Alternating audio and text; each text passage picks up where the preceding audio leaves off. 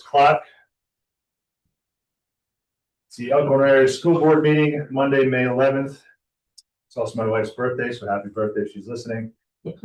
Susan Tully Lively Boardroom, the 1887 building, 3 North Jackson. Would like to start the meeting off with pledge of allegiance.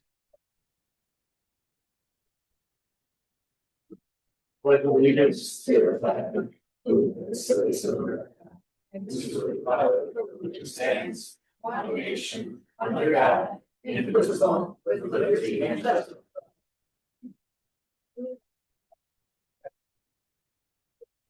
Call the meeting to order. Mr. Tadlock, if we can do a roll call and vote that please. Yes, Mr. Andre. Here. Mayor Gordon. Here. Mrs. Ingersoll. Excused. Mrs. Costock. Here. Mrs. Rickles. Here. Mr. Scarrow. Here. Mrs. Vaughn. Here. Mr. Grieving. Here. Ms. Krakowski. Here. Okay, meeting has been noticed per state statute. I did not receive any community participation, so we can get right into the anthology student presentation report. Thanks, Jason, for clicking into that. And thank you, parents who brought your students here this evening. Of course, we're out of chairs, so they're just waiting in the wings here to come on in. So, to our board members and to our parents here this evening, I'm always very excited to feature our young authors and illustrators. Every year, as part of our Gifted and Talented program, we offer a variety of different enrichment or stretch opportunities, we like to call them. Some of those with our geography and geography bee. Some of you know you ran a lot of words in that spelling bee. That is a long time tradition here in Elkhorn that we still continue. We have students that participate in math meets, Math 24, all sorts of different enrichment opportunities throughout the year geared at different subject areas. So in grades 3 through 8, we have a project that basically runs the gamut of the year. In the beginning of the year, the students receive a list of possible themes, and all of the students in southeastern Wisconsin in about 40 school districts vote on what they want the theme for the anthology to be, what should be the title of the book. We then go to work and we develop a video to help spark ideas with them, some brainstorming sheets, and then we have about 40 school districts that participate in this activity. So students in 3rd through 8th grade have an opportunity to do some writing, some drawing, and then local districts jury that work, and they can bring 24 pieces to another event where we jury all of the work from the 40 school districts, and from there we decide which pieces are going to be published in the book.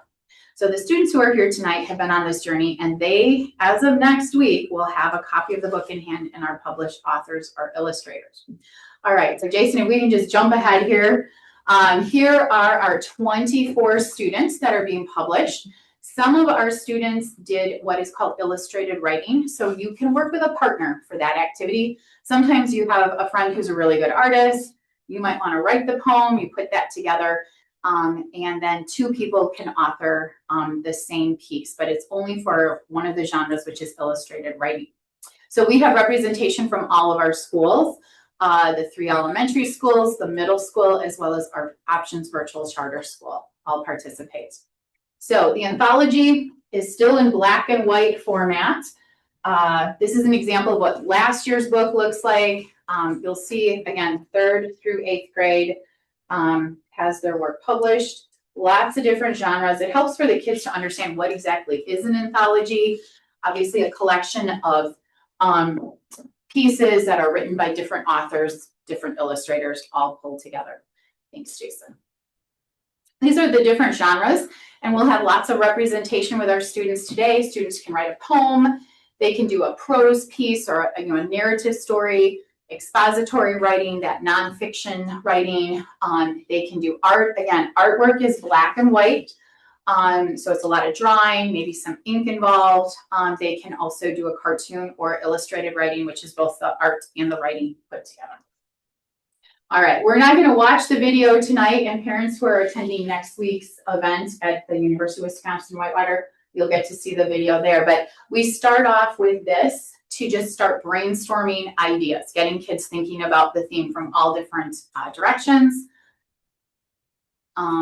We do some brainstorming, like Which events or special moments would you want to write or draw about if you're thinking about life as a journey, or there's different journeys that people take. Think of an experience that caused you to grow as a person. So just getting them to maybe go beyond my trip I took last summer, right?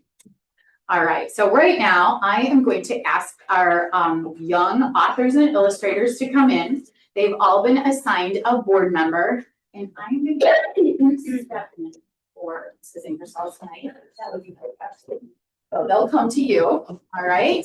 And they are going to share their pieces with you. Can I help you get signed in person?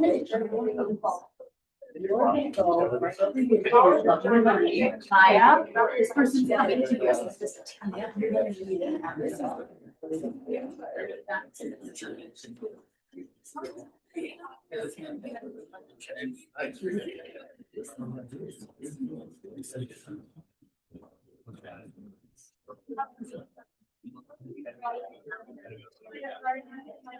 Read this.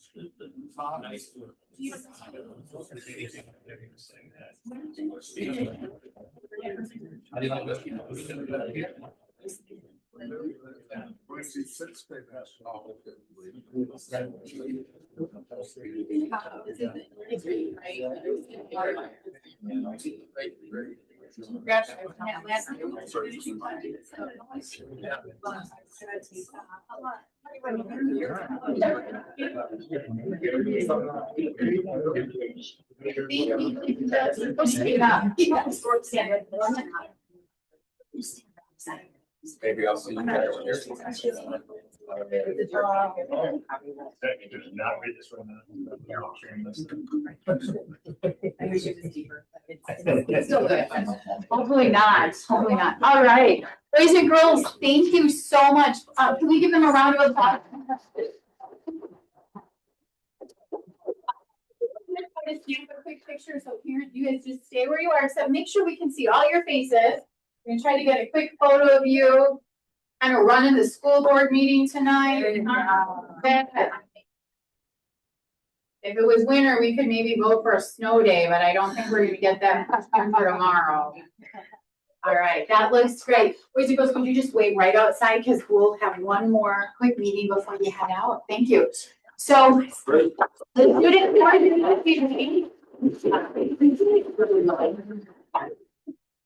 will be honored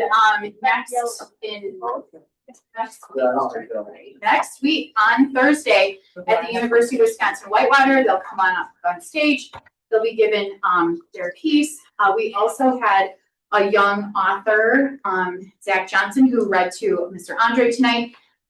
With each grade level, we have one student read their piece out loud. And so when we find a really good piece that would make for good entertainment at our reception, we select one child at each grade level. And so Zach is going to be reading his piece in front of about 1,000 people next week. So this was good practice. Yeah.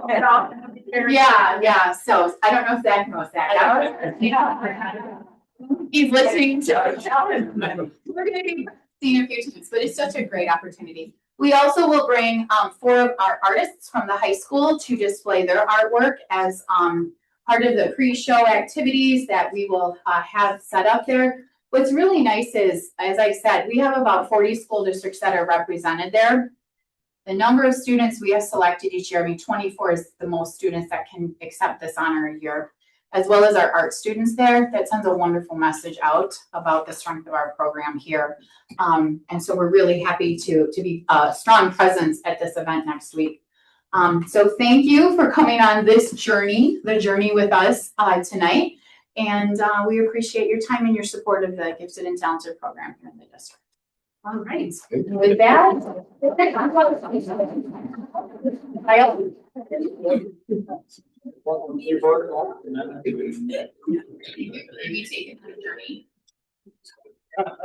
and you don't know it's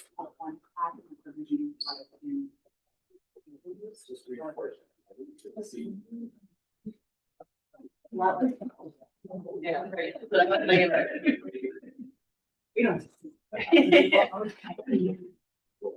All right, give over to the overnight travel request.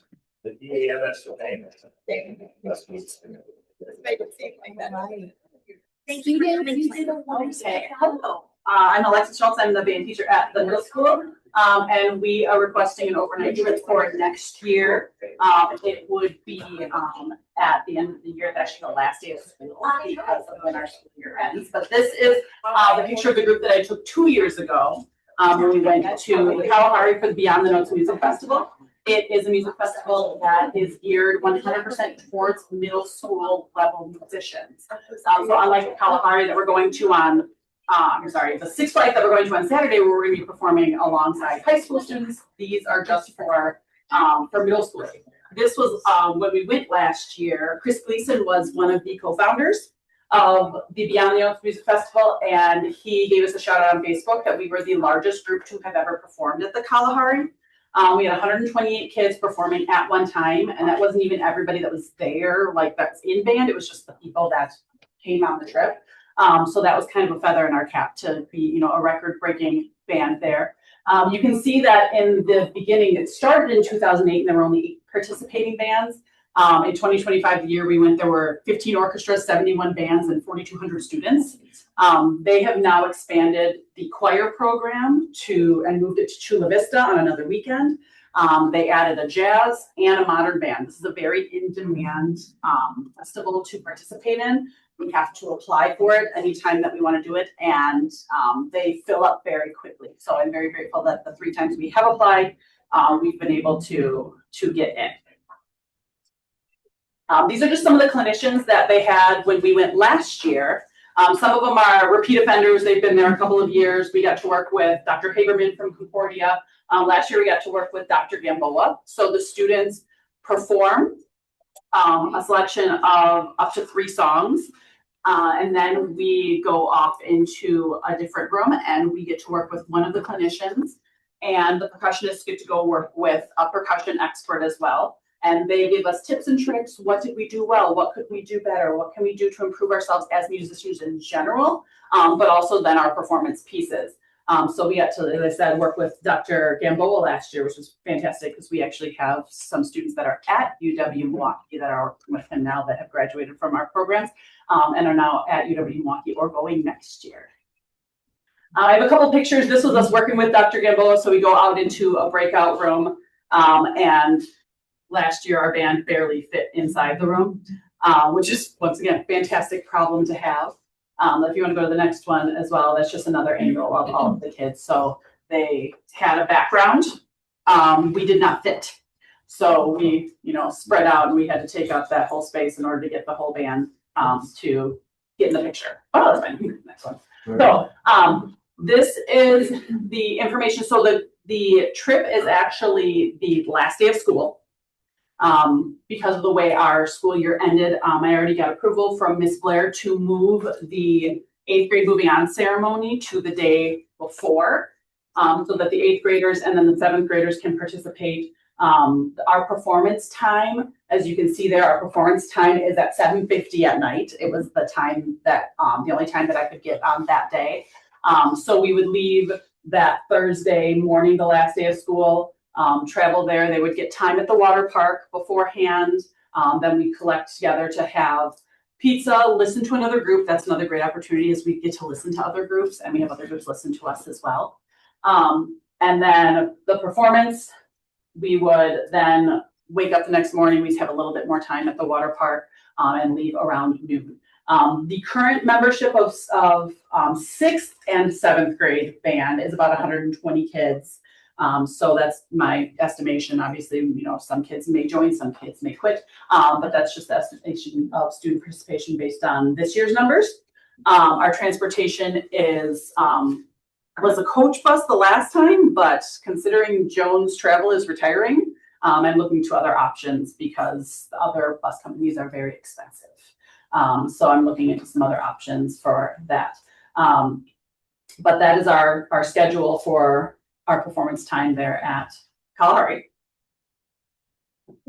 Thank you. So this is just the course alignment. There's a lot of different things that we benefit from going to this festival. I will tell you that performing for parents is wonderful, but when these kids know I have to perform for somebody who is not my parent, who is not my teacher, when they hear something from somebody else, it's a genius idea they've never heard before.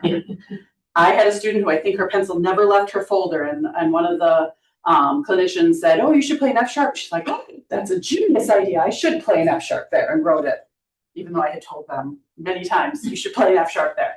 So being able to perform in a different context is a great experience for them, and hearing from somebody who is an expert in their field, hearing from a college professor or some of the clinicians that are in there that aren't from a college.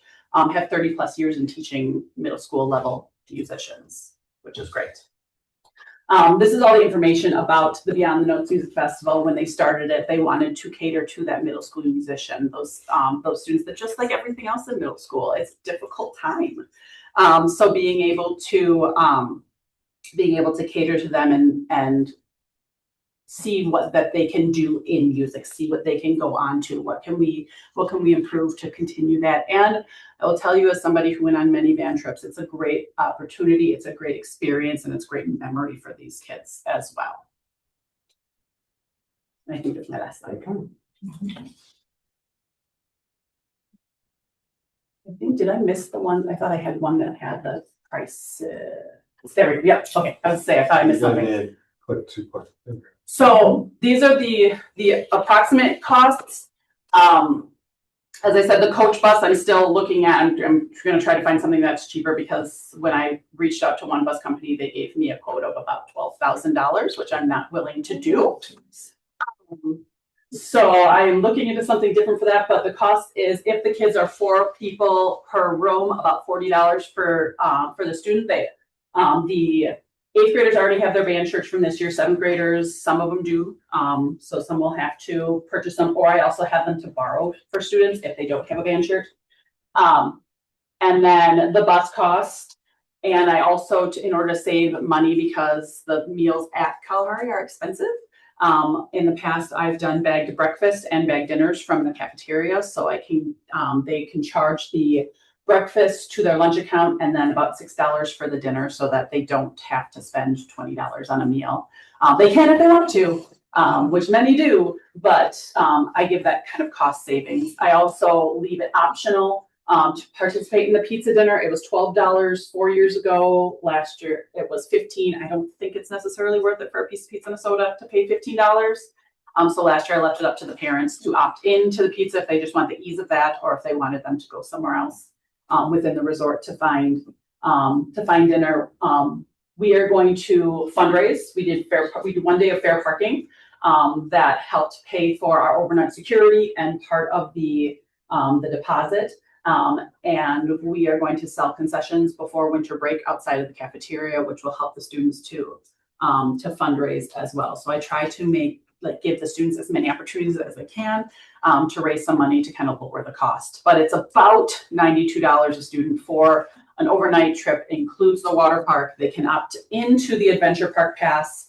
That's another thing that I don't necessarily think is worth it, but they might want to purchase that in addition to the cost of the trip.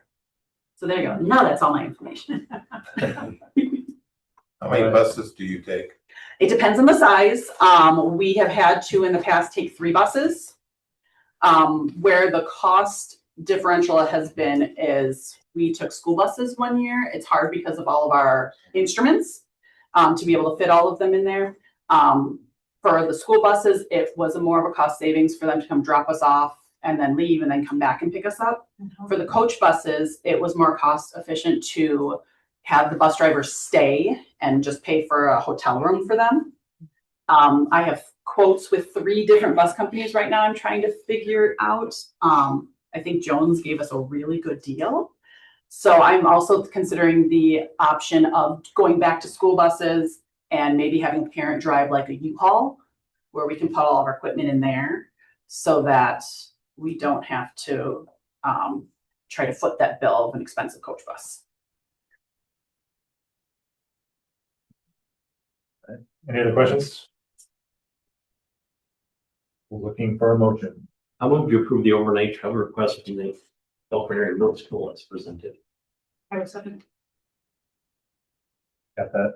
Got your. It's been moved and seconded to approve the overnight travel request from the EAMS band as presented. All in favor? Aye. Opposed? Motion passes. Thank you very much. Thank you. Good luck. Thanks, good luck. All right, Mr. Malvitz, overnight travel request from Skills USA.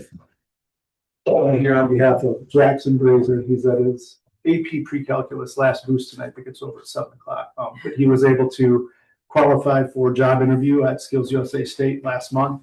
We actually had a state champion in customer service. So we Belongia won in customer service, but couldn't make it that week of the 1st to the 6th. And Jackson actually took the silver medal in job interview, and the state champion couldn't go that week. So then they moved down to the silver medalist, and he was more than happy to go. So here we are asking for approval to go to Atlanta, Georgia from the 1st to the 6th of June for 5 nights. We don't exactly know when his competition is yet. That's typically on 2 days, or there's 2 time slots over that. Tuesday through Friday is the actual competition day. And then in our downtime, there's also tons of workshops for personal and chapter development. There's advisor sessions. I've already looked at 3 or 4 of them that I plan on attending just to grow the strength of our own chapter and increase involvement to try to get it to what I call the big guns over at the high school with HOSA and DECA and FCCLA and FFA. As far as we have a little more details too, I did book the flights. The flights are on Delta. They're direct. We'll be leaving Monday afternoon at about 12 o'clock, getting to Atlanta at about 3:45, and then the check-in at our hotel at Hilton is between 6 and 9 o'clock. Wisconsin Skills USA is hosting their welcoming ceremony. So at the Hilton Garden Inn is where the whole Wisconsin representation will be. And we'll return Delta again on Saturday morning after closing ceremonies Friday I think we get back in at like 11:30 or something like that. overall cost, including transportation with the flights, not food. I decided that we would pay food out of our own pocket for the meals that week.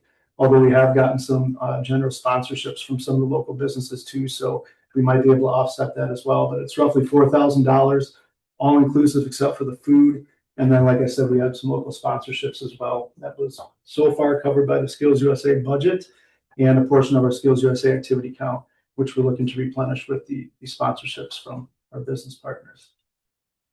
And that's about all I have. Hopefully, this is my first time going down there. So hopefully next time, if we get this, I'll have a nice presentation to show the pictures, and it's very big. There's also, it's called a Texpo, where there's about 200 industry partners from across the country that sponsor Skills USA. And you'll be able to just get firsthand information from them. I was looking through the list. I saw WD-40 is going to be there, which I thought was pretty cool. So just little booths and shops like that from Stellantis is going to be there. I'm a Mopar guy, so Stellantis and Ram trucks are going to be there too. But yeah, about 200 business partners that we can get information from as well. So looking forward to it. Should be a really, really neat experience for Jackson and myself. So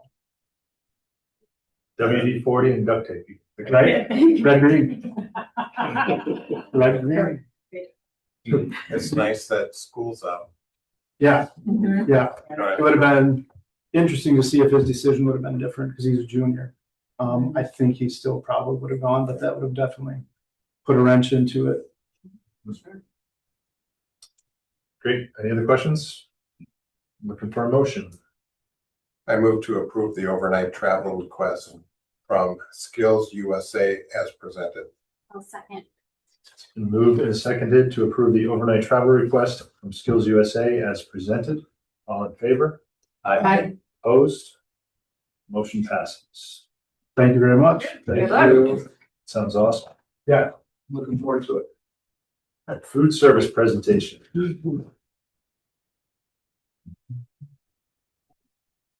So for those who don't know me, I'm Ashley Drake, the food service supervisor here.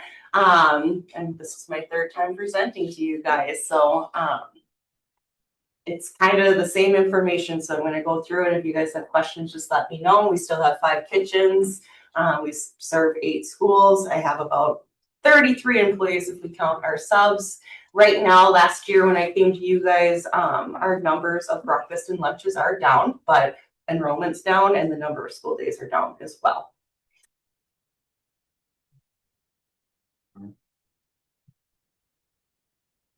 That's interesting, how many more elementary students participate in the breakfast in the middle school. Yeah, and that represents all 3 of them together, so it'd probably be close to about 1,500 per elementary. But yeah, the middle school is actually the biggest school that has participation in breakfast. So what makes me fiscally unique, I'm a business operation. I bring in sales and then it's tracked, my expenses and sales are tracked separately. I have very strict federal regulations that I have to abide by. Otherwise my money gets taken away. So you can ask the Tibbetts crew. They think I'm the wicked witch of the west sometimes when I'm abiding to those DPI rules. And then I have a specific fund, my Fund 50, that is designated for the food service program. Right now, this is where it's kind of broken down for this school year. You can see federal aid, I get a good chunk of. I get my sales is a good chunk, and then state aid is very minimal. Now, a question had come up in the past several years ago, and so I know not all the board members were on there at that time, but there are some school districts in our region who do not participate in the federal school lunch program. So then they don't have those regulations, but what they don't have is they don't receive federal aid. So like I remember Union Grove was one when we had COVID and the federal government provided free meals, breakfast and lunch for all students. They didn't have that. I remember the superintendent called me, hey, how are you guys doing free meals? It's, well, we're in the federal program. They're not, so they didn't have that. We looked at, because the question had come up, well, how much would it cost to not have to follow those federal guidelines and have that freedom? I think it's just around $1 million in federal aid that we receive a year. Correct? Yeah. So that expense would either have to be covered by the district budget if you wanted to subsidize the meals, or passed on to the parents for they would just have to cover the full cost, but you don't have to participate in the school lunch program if you don't want to. No, it would hurt some of our families around here for sure. Yeah, I'm not recommending. I just know the question would come up before. So Yeah. I wanted all trustees. So you can see my biggest expense is food. That's up 7% this year, so that's awesome. Then my personal, like our salaries, and then dues and fees are pretty minimal, supplies, and then purchased is any repairs or new equipment that I might have to purchase. This is a graph that you've seen multiple times. As you can see, we can pretty much sustain what we're currently doing for the next 8 years, but then after that, that's when my Fund 50 is gonna be zero. Do you have anything that you want to make note on that? I mean, COVID is the peak, Right. like that, the peak is COVID days. So that's when the government infused all the money into the food service program. And so that's what that big peak represents. And that peak results because we had higher participation during that time. Our reimbursement rates were ridiculous during COVID, like compared to like what they, I mean, I'd say we're normal now, but they're very high during COVID. So I am going to be proposing, it's 25 cents around the board. So right now, I'm proposing to go to $1.70 for breakfast at the elementary, and then $3 for lunch. Milk stays at 50. We are still in the ball, like we are still pretty competitive. In my co-op with the Milwaukee schools, I mean, they're much higher than this. And I would say now we're kind of closer to the field with all the other schools. And Delavan's a contract company, so that's why they're a little bit lower. And Lake Geneva is looking to get rid of free breakfast at all because they're actually losing money. So. Also, your reimbursement rates would be higher depending on your participation. Correct. Lunch. And I've noticed too, like we used to all be severe need breakfast. Well, now Tibbetts in high school is not severe need. So I get a lower reimbursement rate every month that I used to count on. And so, and that's, Jackson's the only school right now that's 50% free and reduced. So that's something to consider too. Middle school, I'm proposing to go from $1.75 to $2, and then lunch would be $2.95 to $3.20. High school, $1.85 to $2.10, and then lunch would be $3.35. And we would be proposing to increase adult meals. I would say at the high school level, that's where it's prominent because of our salad bar. So increasing $5 to $5.25. So my key challenges that I face on a daily basis, besides DPI, rising food costs. So food prices continue to rise steadily. It's crazy how much of a difference this year has been. Something that I was not expecting this year is I get money from the government, the DOD, USDA, and that's usually how we get all our fresh fruit and vegetables. Well, every 5 years they go up for renewal for their vendors. And we had AJ Produce forever, Monday mornings, delivery, beautiful. Everything was great for the past 25 years. In January, we got switched to Lafredo, which is like a new, they bid out to different trucks and stuff. But now I have deliveries on Thursday as opposed to Monday. So you imagine trying to do a salad bar for the high school and trying to order 6 bags of romaine lettuce to last you through the weekend into the whole following week. So I've had more cost going through AJ Produce than to get Monday delivery still for like the basics like lettuce and what we need for like the salad bar. So that was an unexpected cost this year. Do they just? Do they No do notice. that? January. Can we negotiate that, or it just is? That's what it is. And a lot of the people in my co-op, we did not put so much dollars towards the fresh fruit and veggies for next year because it's not worth it if you have a Thursday delivery. Some got lucky, they got their Monday still, but it's all based off location. Infrastructure, increasing equipment costs and necessary capital improvements. So As you know, the middle school is, that's entering that phase where we need to start looking at replacing things, more repair calls. I have a little metal steam box. It's called a Cleveland steamer. It cost me almost $20,000 to fix.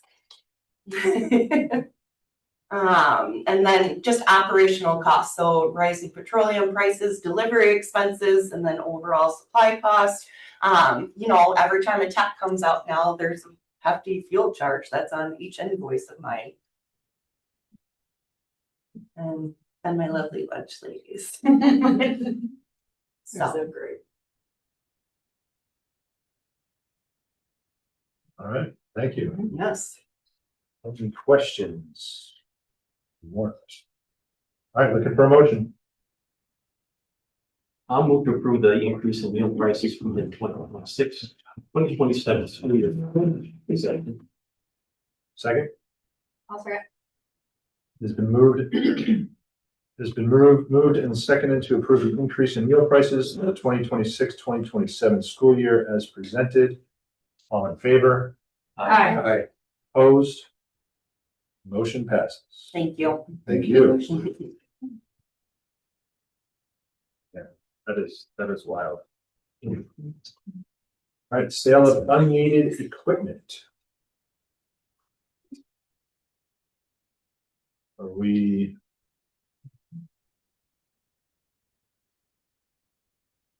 So our heating cabinets, they're about 20 years old and they've been repaired gazillion times. And so we, in order to keep repair costs down, occasionally we replace the oldest equipment. And so these two heating cabinets, instead of having them just hauled away with the new ones show up, Annie's Burger Town and Baker Meister offered to purchase them, so at least we'll get some return on. Yeah, the piece of equipment that Ashley mentioned, for all those repairs, is that? The Cleveland steam, well, Yes. and it's interesting because that one's been repaired, but our dishwasher at the high school is gonna need to be repaired. That's gonna take it's like $10,000 to take it apart and seal it and then put it back together. Because it's a commercial dishwasher, the dang thing's only like 5 years old, but it gets so much use because, how many meals are we serving a day at the high school? Quite a few. And so we had two techs come out to look at it, and they charge you to come out and look at it, and then makes me so mad. Like, what? You can't just come and look at it and give me a quote. You got to come and take it apart and EN charges. So that's going to be the next one. Yeah. So. All right, looking for a motion to approve. I move to approve the sale of unneeded school equipment items as presented. I'll second. Been moved and seconded to approve the sale of unneeded school equipment items as presented. All in favor? Aye. Opposed? Motion passes. We used to do this at the annual meeting years ago, where the citizens voted to allow the school to do that. Was there a reason for the change? Because I noticed the past few years we don't have that as a motion. And it's been a while, but I mean, we would do it at the annual meeting every year. I'll have to double check. We should have the motion usually for the acquisition of property or the selling of property. I'll double check. This was on that. the sale of school property. Okay. Let me double check. I don't recall taking any of them off, but we'll have to verify. I don't know if there's a certain dollar amount. Typically I thought the property requires a special meeting and or the authorization meeting, but we'll double check on that.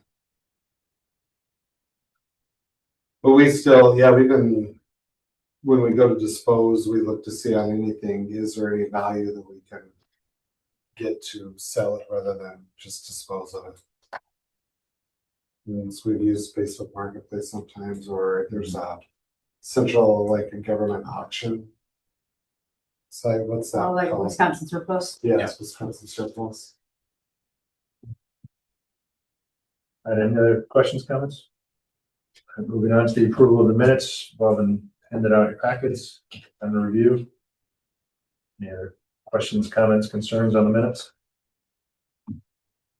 Okay, looking for a motion to approve. I'll move to approve the minutes of the April 27th, 2026 regular and closed session school board meeting as presented. Second. I'll second. Moved and seconded to approve the minutes of the April 27th, 2026 regular and closed session school board meeting as presented. All in favor? Opposed? General and other fund bills. The business office offers for approval of following US bank check numbers 155746 to 155751. BMO check numbers 162208 to 162332. Wire number 1427. ACH numbers 786 to 823 for a total of $802,188.92. I've got to ask, what the heck are 15 codable robots going to be used for at the elementary schools? Sphero is the, Oh, yeah. Spiro, what is it?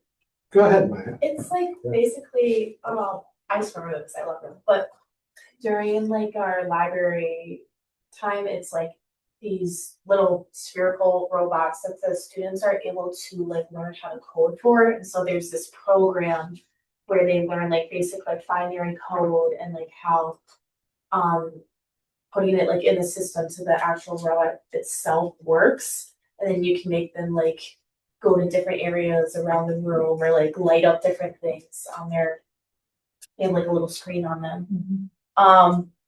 That's as much as about I remember, but I know we had like a long unit on it, but they are basically, I just believe, for like learning how to program, which nowadays is important. So Teach them basic blockchain coding and logic. Yeah, but it's engaging because it's little round robots that rolls around based on what they code. The lockdown shades and grant from the DOJ. Yeah. That's pretty awesome. What's that about? This started probably two years ago, and it's a for those open areas that need visibility, and so it was it's called the COPS grant, and it's got we'll be done with it. Trying to wrap it up before September. I think that's when the grant officially ends. But it's drop down shapes that are the just whole thing, interior windows that need to be locked, and then the grant covered some key fobs and some it's just safety. It's straight up safety. That's great. So yeah, a number of the classrooms, if they have like that window on the side of the door, Yeah. it's a shade that will just block that out. How did we get that grant? Is that a Katie James? Yes. Okay. It's, I don't remember seeing that. Yeah, that was we got it a couple years ago. Yeah. We're just finishing it out. Any other questions? Two others. Okay. Ready to give them to you ahead of time. CISA 9, virtual enrollment. Mhm. But what is that? those are kids that are throughout the district that are signing up virtually for classes that we do not Oh, offer, right? All right. And there's a whole variety of different classes that we don't have. So All right. and- access and opportunity. Yep, there you go. No, it makes perfect sense. And then, something with Walworth County idea claim. Walworth County IDA claim. It'll be related to Lakeland School in some way, shape, or form. I would suspect because they handle IDA is the special education, that. Right. And It ends up being a flow through. Okay. So then they make the claim, it goes through us, and then we make the claim and we get it from the state, and then the state makes a claim and they get the federal government. So that circular money that EPI really cleaned up how the accounting looked last year. To Kind of remember, because we've had this before, didn't we? Something similar Yeah. fashion. Okay, all right. All right, that's all I had. Any other questions? Okay, looking for a motion. I'll move to approve the general and other fund bills of May 11th, 2026, US bank check numbers 155-746 to 155-751. BMO check numbers 162-208 to 162-332, wire number 1427 and ACH number 786 to 823, and a combined amount of $802,188.92. For a second. I'll second it. Been moved and seconded to approve the general and other fund bills of May 11th, 2026, US bank check numbers 155-746 to 155-751, BMO check numbers 162-208 to 162-232, wire number 1427, and ACH numbers 786-823, in a combined amount of $802,188.92 as presented. All in favor? Aye. Opposed? Motion passes. All right, Maya. You're up. Oh, I'll stand up first. These e-portfolios, by the way, are awesome. I sent in a couple of them last week. These are really cool. Yeah. So I wondered, did we have I want to make sure, oh, yeah. Did I upload it twice? I think the other one is just our student. That's your report, okay. All right, so we'll start off with. Yeah, so for those, pretty sure all you did, but last week, Wednesday, we had the e-portfolio night. Yeah, thanks. Or do you have the Or- keyboard? Either could work, really. Which Let's is see. our student. Okay, thanks. Probably, yeah, okay. So last week, Wednesday, we had the e-portfolio night at the high school, which is basically something that students put together over the last 4 years. Just trying to encapsulate all of the different classes, extracurriculars, hobbies that they go through at the high school, and then also the future plans as well. So Sarah Bosch was like helping students sign up, and she's like, "How do you want to present? Do you want to present yours at the next school board meeting?" So that's what I am here to do. So we first start off with an introduction, and so just me, when I go to school in the fall, I'm going to go to Boston University. I'm going to study molecular biology and genetics on the pre-med path, hopefully to go into medical research. And then about 50% of students there study abroad or come in internationally.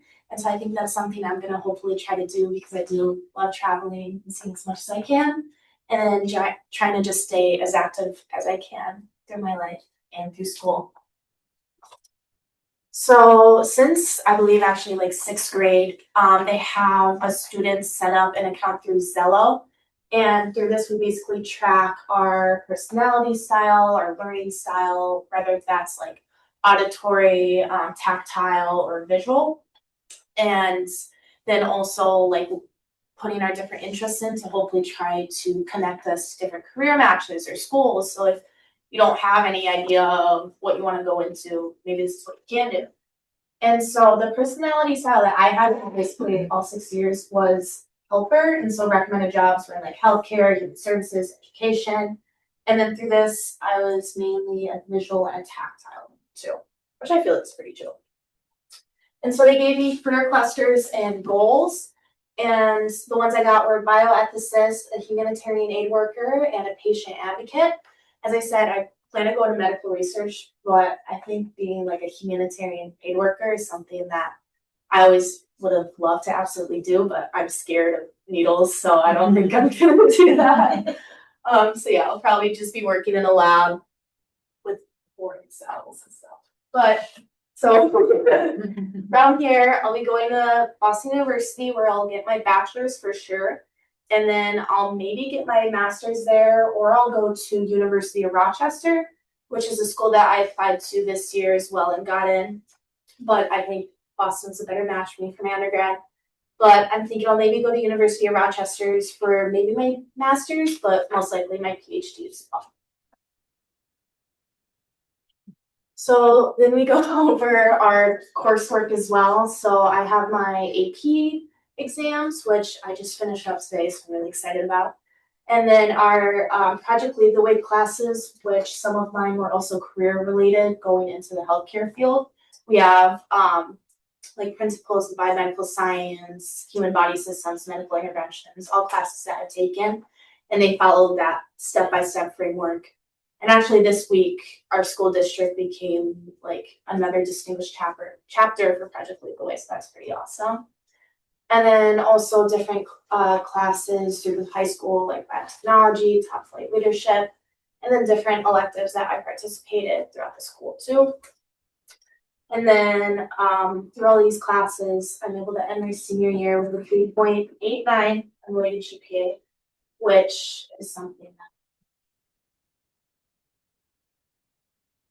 So there's also a requirement or a recommendation for us to talk about a CTSO, which is a career technical student organization.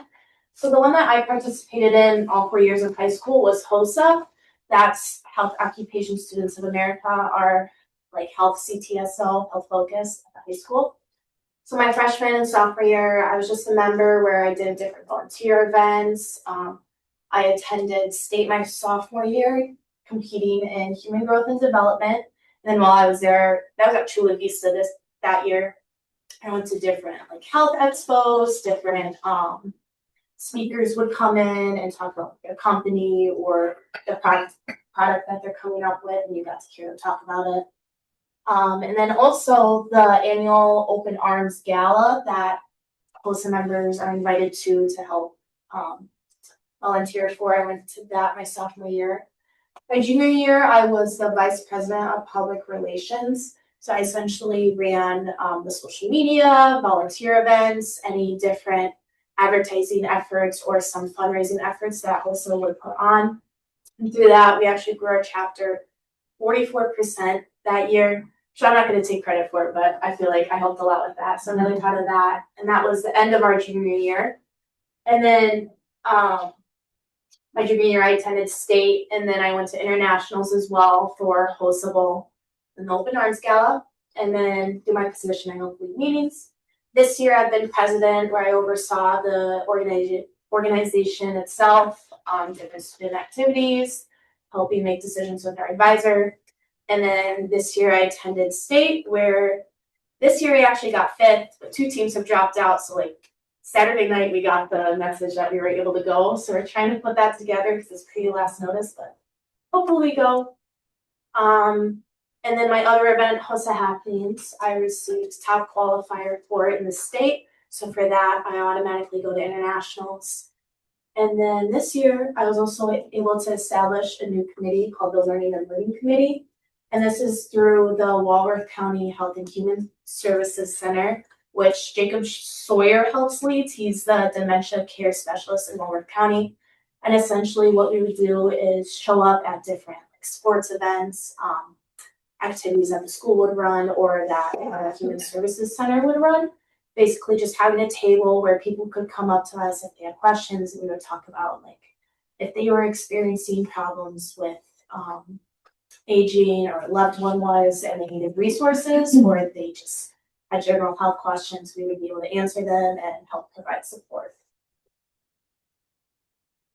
And then I had a slide talking about the dual credit that I took through the school. So AP classes will, I'll get credit for that for scores 4 or 5. But then on top of that, I also took classes through the early college credit program, UW Whitewater, which I will show this week Thursday. And after all of that, I will have received 27 college credits, which transferring to BU, if they all transfer, I will have saved around $61,000 for the high school. Wow. That's amazing. And then the gateway classes too, those will transfer. So for career-based learning, You go back, so the Yes. 61,000, it doesn't include any of your AP courses. no, And it doesn't include the 3 gateway courses. That's Nope. just your. So you're starting as a junior, I mean, I have because that's over 60 credits, 27. Well, it's because, plus your AP classes, plus that's another 30. I did it, when I added them all up, plus the gateway, plus AP, I was around like 51. Okay. So I'll be around there, but That's a junior. but because like some of them might not all like transfer from my major, like I All that is electives. horticulture, and A push, but it'll still give me some type of credit. So take advantage of that if you have kids. Well, all of you do. Make sure the rest of us do.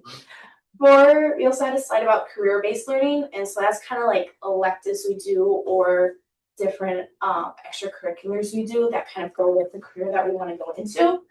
And the main one I'm going to talk about here is the Open Arms Free Clinic, which my sophomore year they established a junior board. And so me, a couple people from Elkhorn and other surrounding schools in Walworth County, we joined. And for those of you who don't know, Open Arms is a free clinic right by the highway that basically lets people come in and they assess their health situation as well as their financial situation and tries to give care for either the cheapest price possible or completely free, depending on what they have. And so being part of the junior board, I feel like that's been something that's really like helped me decide what I want to go into. I kind of figured I always wanted to go into medical research, but now I'm thinking about maybe even minoring in like public health, just so I can like interact with people more in these situations and try to apply that help in the real world, both person to person and maybe in their outside lives. So I think that's been a wonderful opportunity. I talked about the Learning and Living Committee. I also did the memory cafes, which other Elkhorn students do at the Health and Human Services Center. Then I did peer tutoring and personal tutoring and paid work all 4 years. For extracurriculars, I'm not going to go over all of these because it's going to take a bit. But obviously, the student representative, student council through the student representative. I've been a part of student council. Just my senior year, but something that I honestly wish I did all 4 years if I could. I feel like I didn't really know like how much student council actually did for the school. And it's been really amazing to see. And Max is a great president. He does a lot of it. Yeah, NHS, dance team. And then another thing I was able to experience was WASC, which is the Wisconsin Association for Student Council, which I wasn't even in student council most of the years, but I still went. Miss Kilkenny is like a big, she really tries to push people from Elkhorn to go, and we're usually the biggest chapter there. And it's basically just a summer camp where people learn about different teamwork, speaking, play a bunch of games, get to know people all across the state. And that's probably one of my favorite summer experiences the last few years. For recognition and awards, I was able to receive AP Scholar with distinction. I think that is having like an average score of like a 3.5 or above. Max says yes, on at least 5 or more tests. 6? I think it's 6. 6? Okay. That's great. And then having recognition for getting above a 30 on my ACT, Wisconsin Youth Leadership, which I was able to receive through the Top Flight Leadership class, which was new this year. And then they're hopefully going to implement Top Flight Leadership 2 next year. I'll still having the first one. And then this year I was also chosen for the Good Citizen Award through the Daughters of American Revolution. That's something that one senior from each school gets throughout Walworth County. And I was chosen from my counselors, and that's something I'm really grateful for. But I was able to write a scholarship for that and go to an award ceremony.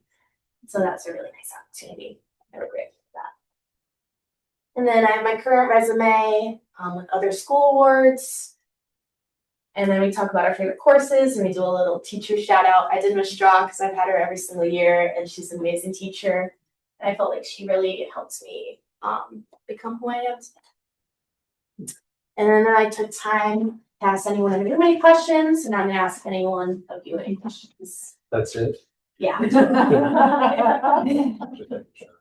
You sleep ever? Why? It's 2 years, but.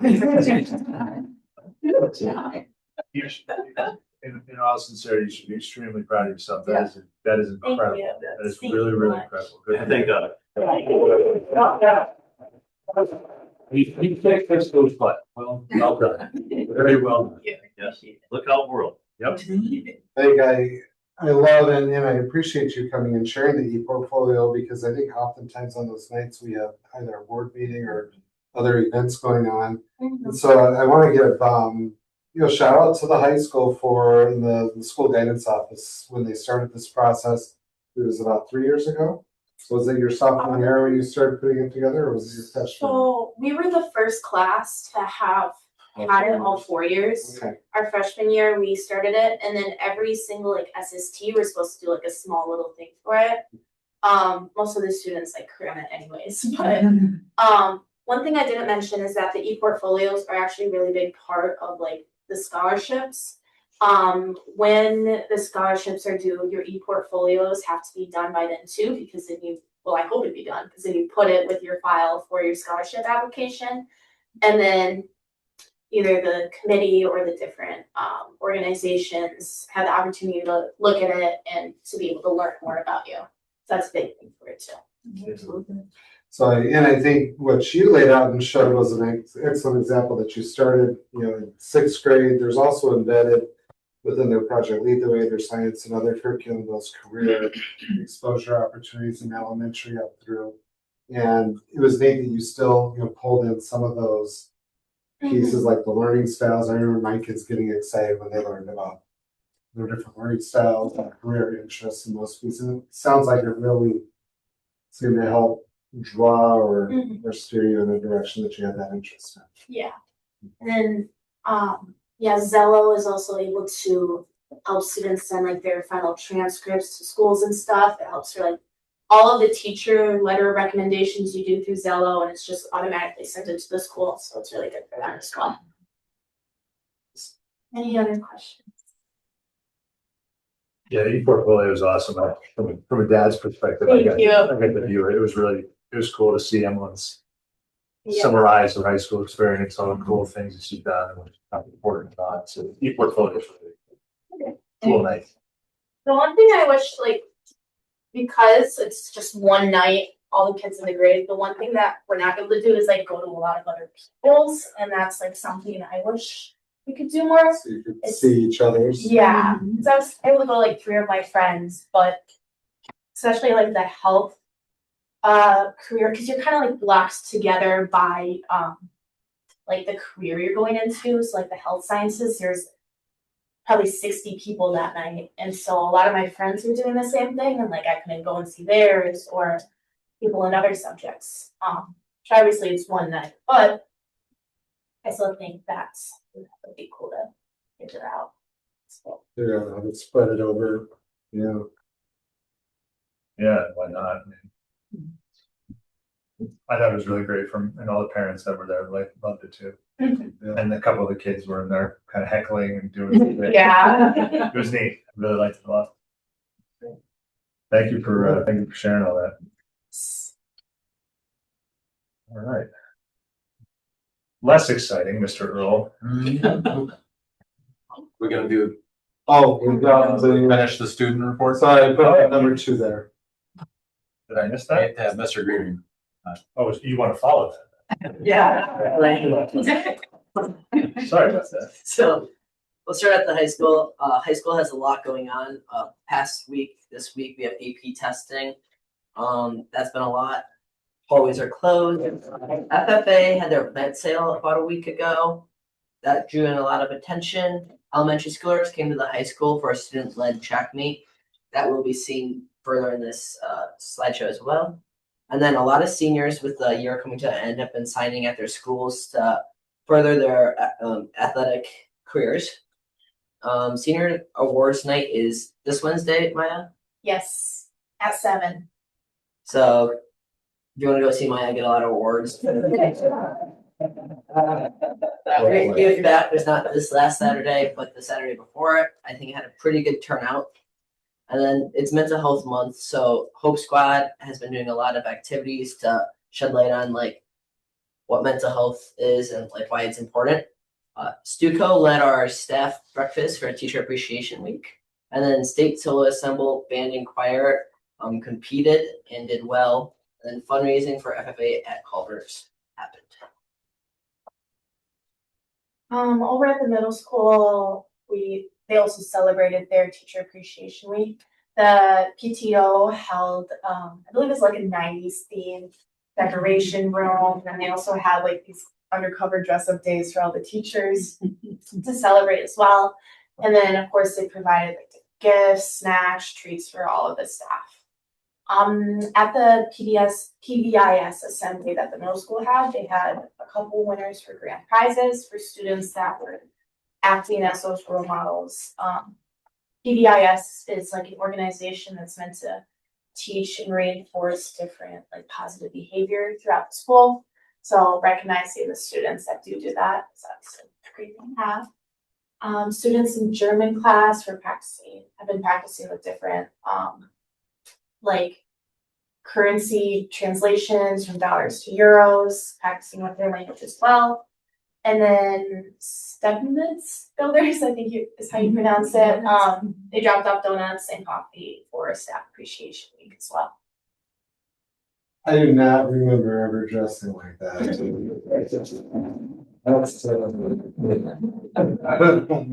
Jackson this past Friday from their spring concert with lots of singing. They were one of the 3 elementary schools, obviously, that went to the track for the high school student-led track meet. And then some of the classes got outside and were able to plant plants for the beginning of spring. At Civets, the student council rented a bouncy house for the day.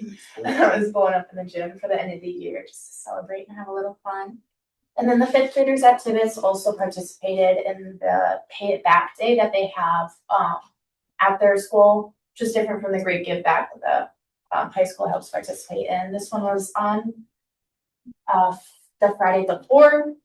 And essentially the 5th graders help clean up the school, work with younger students, and help staff members all around the school. And then 3rd graders have been working on Vex kits, which are essentially, it's kind of like Legos, but 100 times more complicated. The students have to start learning basic scientific processes for engineering and building, and they try to complete a simple task. And then also the 5th graders were able to visit the high school to learn about AVID and other different CTE courses. So Max or Maya, did they have that unit or that lesson when you were in elementary school? Do you Yes. remember it? So you want to, share what they had to do, because there's a little tiger.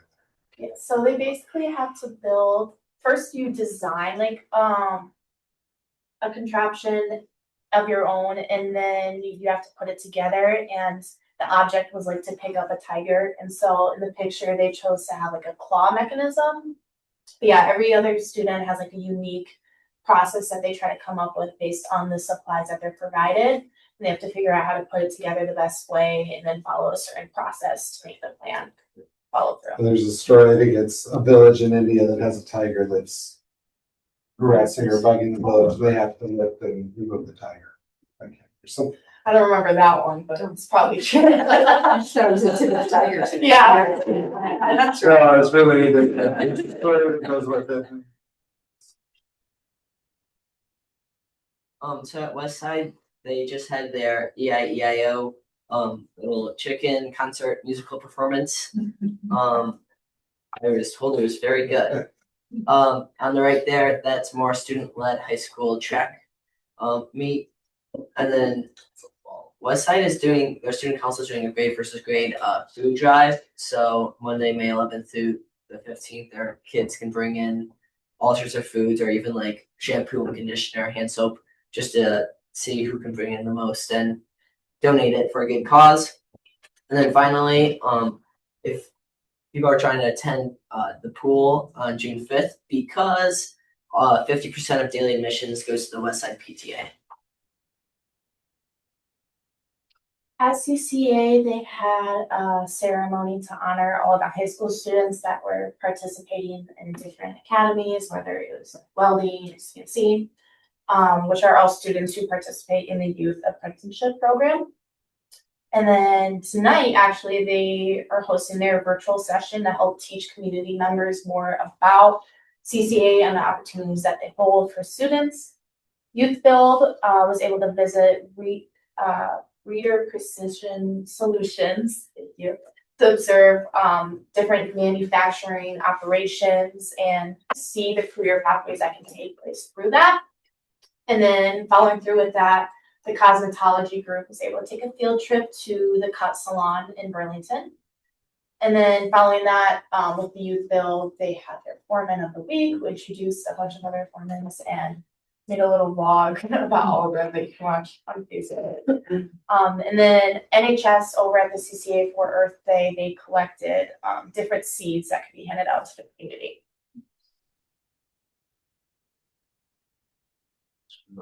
And then at Options, students in the top left are practicing for their spring concert that is coming up. In the bottom left, students drew their flat Stanleys of different types of like animals and people. And then top right, 7th and 8th graders have been practicing their STEM by building castles. And finally, on the bottom right, students are enjoying the outdoor classrooms and hiking activities around the school. Any questions? It's a busy stuff going on. Yes. While you have this up though related to CCA, I'll advance this from the announcements, is I had a booking for 4 facials on Wednesday, the 13th at 9:00 a.m. at the Gateway South building. If anyone would like a complimentary facial, that's for their final Can you excuse me from school? exam. I can get you a no. So we got, I need, if you really want, just shoot me an email, I can, but yeah, we need 2 others then if Maya goes. Matt? Hey. It is weird when you have a beard, do they have like some special sauce? What is it? No, Wednesday, the 13th, 9:00 a.m. So look at your calendars, let me know, I just need, just a 4. Yeah. I do my nails too. No. All right. Anything. Yeah. You got it. it's nice. I mean, it really is. And you didn't touch my beard. No? No. They touched your beard? I think so. Those are coming on. All right. Get the rails back up. I will let you know, Mr. Tadlock. All right. Yeah, I'll check my schedule. tomorrow. This Okay, week's great. schedule. All right. I think we are ready for Mr. Earl. Yeah, so the request was the educational subscription services. What are the electronic things that we pay for that the students use? So I went through and I pulled up financially one bucket. And if you want to click on the subscription services that you all have, that's the tried and true list of what I come up with and what they're used for. So I went through the financial software. I pulled out what I could. Then I went to Amy G and Sarah Bosch, and they helped me come up with the next list. And then I vetted it with IT just to make sure that there wasn't anything that we missed. So what we came up with was that we spend about $125,000 in these subscription services, and half of it is common library funds. And the thing with the common school funds for the library aid is that we have to spend it every year. It doesn't get to get rolled over. And so if you go back, Mr. Tadlock, to the presentation, that common funds is DPI's site if you want to venture that way. So that's where we spend the money. Some of the things that I didn't include in there is the like when I taught accounting, I would have a book, we would do all sorts of things out of the book, but there was like supplemental activities that you could do online through their website. So I didn't count those, but that's what we came up with. Thanks for digging into that. Yeah, so but then that led us down the road of what does the national average look like? And when Mr. Tadlock and I did a little research, this is kind of what came up. So we would fit under the lean and basic digital ecosystem.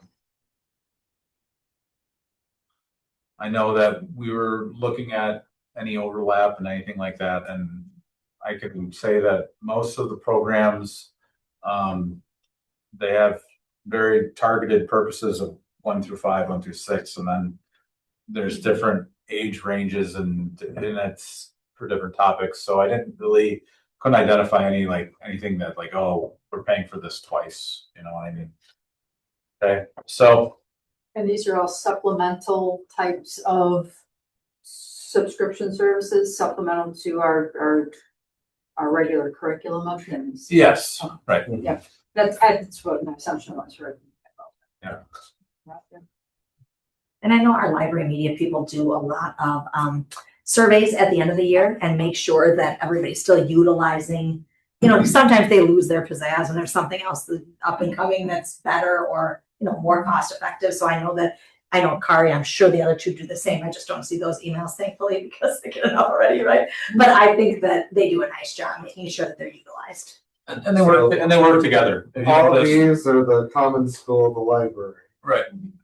I think we should probably highlight, because Apex is really a curriculum, digital course curriculum, which is utilized for like credit recovery, or students take like Sophos, their primary curriculum is on that. So it's not really a separate learning tool like many of the others. It's more like in lieu of paying Wisconsin Virtual School for a course or Gateway College, it's the course delivered for them with the teachers.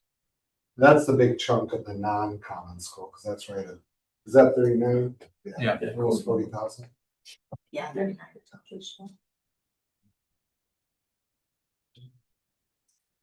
And Maya, you actually mentioned something. Is it Zello? What is that? And I didn't happen to. That's the guidance uses, or all the students use. It's a ACP, academic and career planning tool. Oh, okay. It helps the students, you schedule through it. Yeah, so when we do like our course scheduling at like February, January each year, you do that. It tells you like the requirements you need for graduation, all the electives, and then like college applications as well and recommendation letters. It helps Yeah, with it sounded really neat in terms of tracking it through, but that it's not a supplemental in terms of an educational tool like these others are. Yeah. I think is Zello provided by the state. At as one well? point, Zello is reimbursable by the state. It's reimbursed by the state. One point it was career locker, and it's gone through. One point it was just the blue job handbook. The teachers were like, here. So I think there's one more slide. Oh, sorry.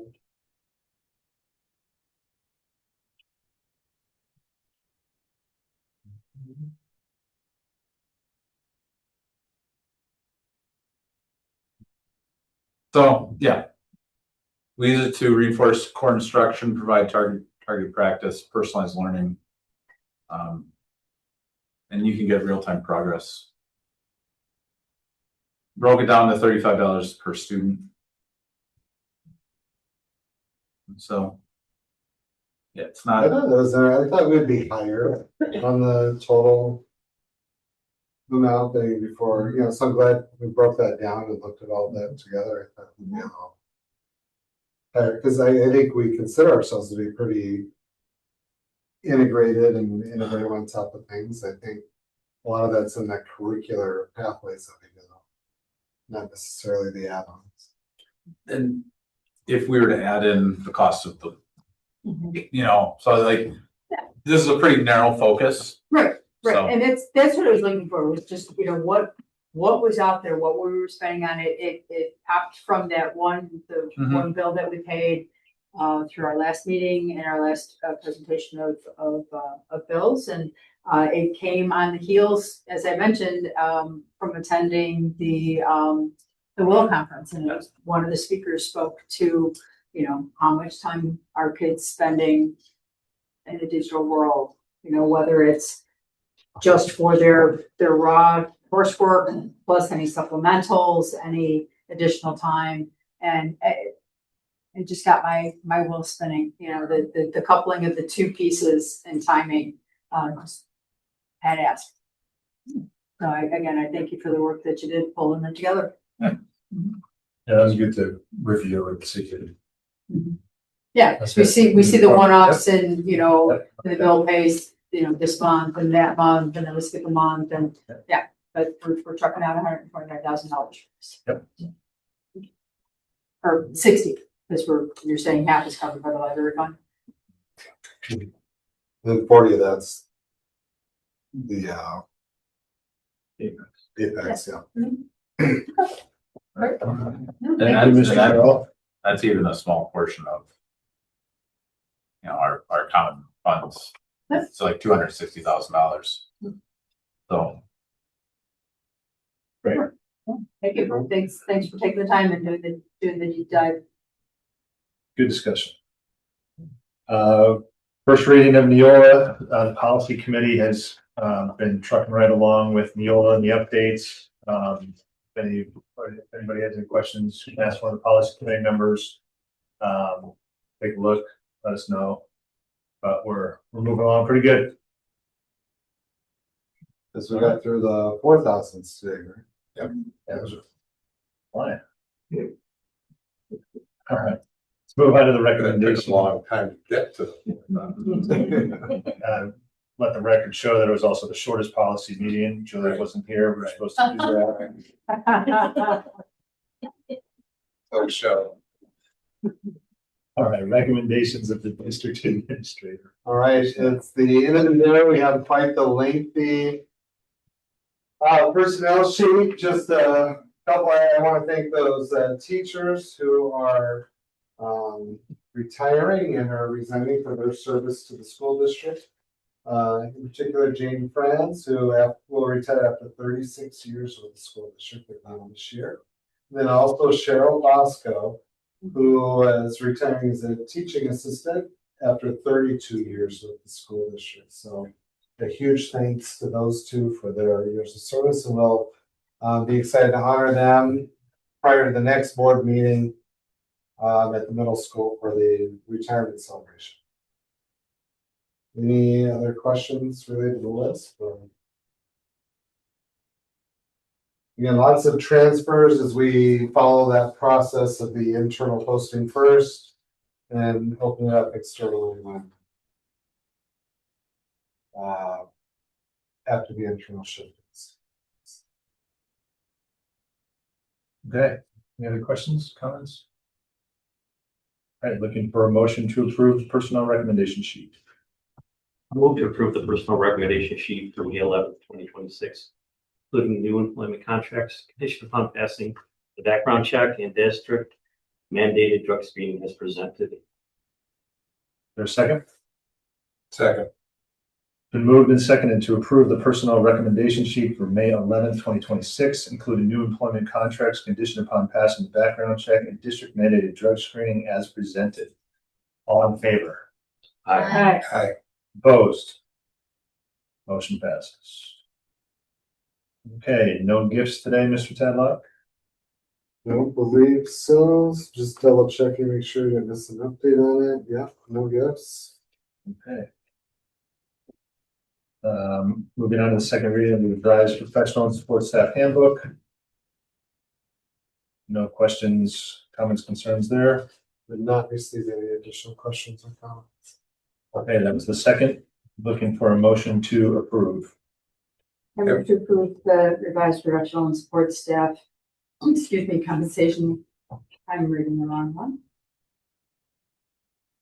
I move to approve the revisions to professional and support staff employee handbooks as presented. I'll second. The movement and seconded to approve the revisions of the professional and support staff employee handbooks as presented. All in favor? Aye. Opposed? Motion passes. Okay, approval of revised professional and support staff compensation systems.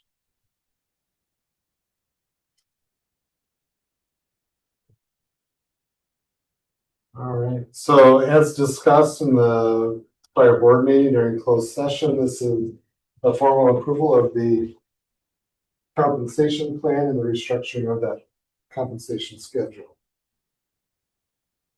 for both the professional staff and support staff members.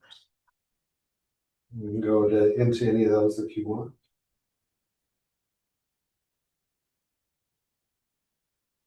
Any questions, comments, concerns? You'd say we've already seen in at least 2 hirings that I worked with the new staff on onboarding that with the adjustment to that compensation schedule, put us back into that market range, especially in those first 2 areas we were able to secure them. Candidates. Good. All right, looking for a motion.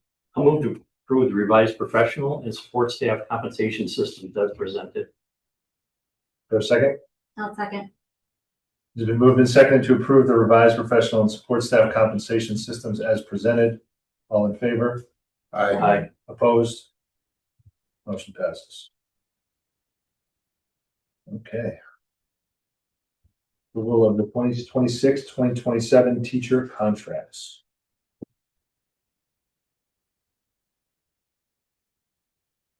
The link is in the notes.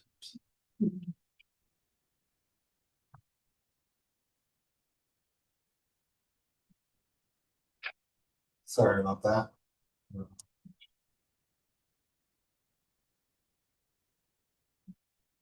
So you have a listing of all the teacher notices and contracts for the year reflective of the recompensation schedule. And just looking for the formal approval of those contracts.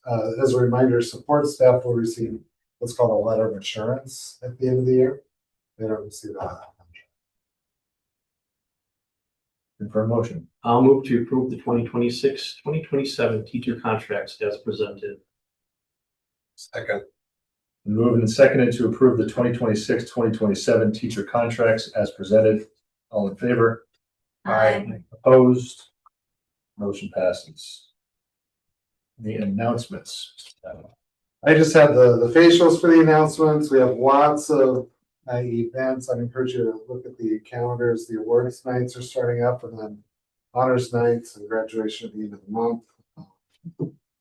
So lots of outdoor sporting events if you want to go with the weather getting better this week. When is this next board meeting? That isn't on the 26th. Next board meeting will be the Tuesday after Memorial Day. So Okay, 26. Yeah, 26. And the retirement ceremony is right before that. Right before that. At the middle school. Yep, at the house. Thank you. Getting what time? I know it was in the message. But 5 o'clock for retirement and then 6 o'clock. Exactly. Okay, that's what I thought. Then we do have a closed session, so we just need to adjourn to that according to our motion. Make a motion to adjourn and contemplate a closed session pursuant to Wisconsin State Statute 19.85, parent 1, parent C, to consider salary wage adjustments for supervisors, administrators, and essential office support staff. The school board will not reconvene in open session. Second. A second?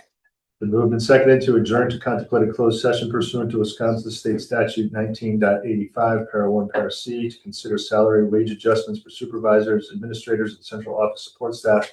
School board will not reconvene in open session. We can voice this, right? No, this one is a roll call. Yeah. Roll call vote, please. Mr. Andre. Yes. Eric Gordon. Yes. Mrs. Ingersoll is excused. Mrs. Kosnak. Yes. Mrs. Reckles. Yes. Mr. Scarrow. Yes. Mrs. Vaughn. Yes. Mr. Grieving. Yes. And Ms. Krakowski. Yes. 7:38 p.m. take a quick bio break and transition to closed session. Thank you everyone for coming tonight and those who joined online. Thank you, Maya, for sharing your